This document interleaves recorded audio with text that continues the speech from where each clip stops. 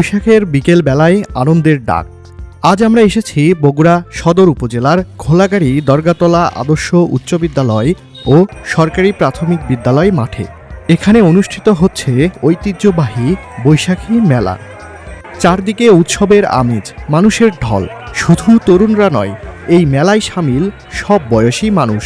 প্রবীণরা যেমন কিনছেন প্রয়োজনীয় জিনিস, পাশাপাশি ছোটরাও মেতেছে কেনাকাটায়।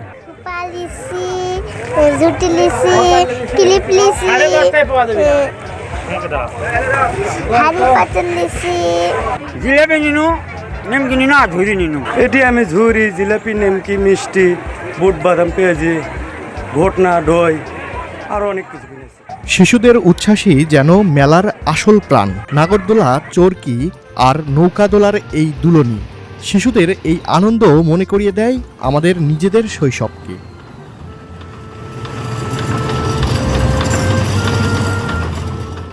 আর মেলার কথা বললে কি মিষ্টির কথা ভোলা যায়? হরেক রকমের মিষ্টি, লোকজ খাবার, জিভে জল আনার মতো সব আয়োজন।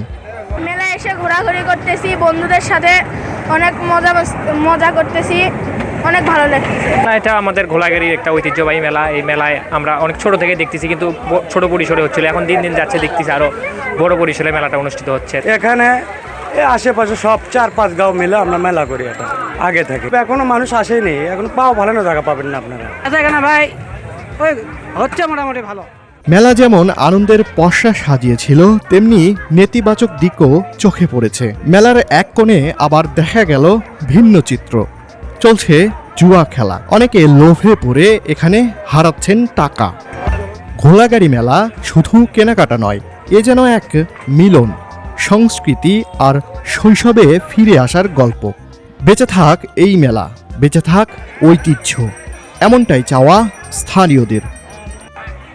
রাহে নূর ইসলাম, দৈনিক করতোয়া, বগুড়া।